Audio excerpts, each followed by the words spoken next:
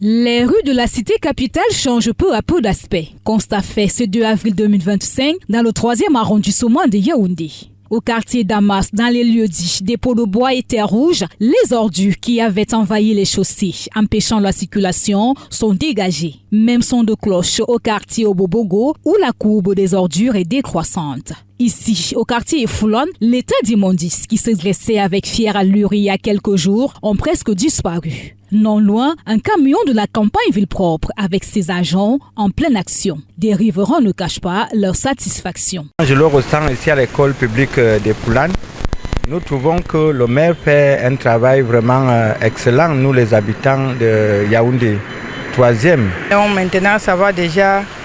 Quand on a commencé à nettoyer, ça va déjà. Il n'y a plus les mouches se posaient sur mes fruits. Il n'y a plus. Si ça pouvait continuer, que chaque jour on enlève la poubelle. Ce que je constate là présentement, il y a un certain changement et ça me plaît. J'aimerais bien que nous allons de l'avant parce que quand on dit Yaoundé ville propre, on doit vraiment prouver que non, cette ville est propre.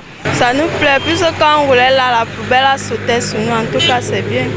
Bien qu'une frange de citoyens apprécie déjà le début de cette nouvelle opération de nettoyage des ordures ménagères dans la ville de Yaoundé, une autre estime que l'action est insuffisante et propose des stratégies plus adaptées. Trouver les poubelles partout.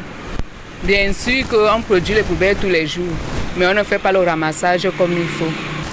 On n'est pas totalement satisfait parce qu'on continue à voir la poubelle qui prend tout le long de la route, même comme on a commencé à enlever.